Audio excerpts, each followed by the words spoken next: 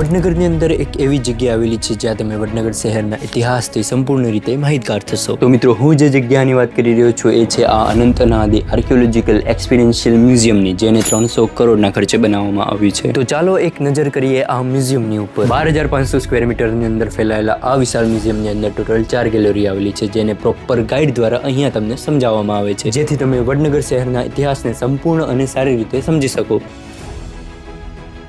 તો અત્યારે આપણે જઈ રહ્યા છીએ ફર્સ્ટ ફ્લોર ઉપર, જ્યાં તમને પ્રોજેક્શન ફિલ્મ દ્વારા વડનગર શહેરનો પરિચય આપવામાં આવશે. ત્યારબાદ આ જ ફ્લોર ઉપર તમને એક ગ્રુપ એક્ટિવિટી કરાવવામાં આવશે, જેમાં તમને ખૂબ જ મજા આવશે. આ એક્ટિવિટી કર્યા બાદ લિફ્ટમાં બેસીને આપણે જઈશું થર્ડ ફ્લોર ઉપર, જ્યાં તમને 2 ગેલેરીઓ જોવા મળશે, સિટી ગેલેરી અને બિલીફ ગેલેરી. જેમાં સિટી ગેલેરીની અંદર તમને જોવા મળશે કે વડનગર શહેર તેના સાથે સાથ સમયકાળ દરમિયાન કેવી રીતના ડેવલપ થયું, અને બિલીફ ગેલેરીની અંદર તમે જોશો કે વડનગર શહેરની અંદર કયા ધર્મના લોકો આવ્યા હતા અને કેવી રીતના સાથે મળીને રહેતા હતા. મુખ્યત્વે વડનગર શહેરની અંદર હિન્દુ, જૈન અને બૌદ્ધ ધર્મના લોકો સાથે મળીને રહેતા હતા. સેકન્ડ ફ્લોર ઉપર આવેલી છે આખી લાઇફસ્ટાઇલ ગેલેરી, જેમાં તમને જોવા મળશે કે વડનગરમાં રહેતા લોકોનું જીવન કેવું હતું, તેમની રહેણી કહેણી, તેમના આભૂષણો, તેમના હથિયારો, આ તમામ વસ્તુ આ લાઇફસ્ટાઇલ ગેલેરીની અંદર તમને જોવા મળશે. આટલું જ નહીં, આ મ્યુઝિયમની અંદર વડનગર શહેરના 2500 વર્ષ જૂના ઇતિહાસના પુરાવા પણ મોજૂદ છે. અને હા મિત્રો, આ છે લાઈવ એક્સકેવેશન સાઇટ, જેને અંબાઘાટ તરીકે ઓળખવામાં આવે છે, જ્યાંથી તમે લાઈવ ખોદકામ કરેલું જોઈ શકો છો. તો આ હતું અનંત અનાદિ આર્કિયોલોજીકલ એક્સપિરિયન્શિયલ મ્યુઝિયમ.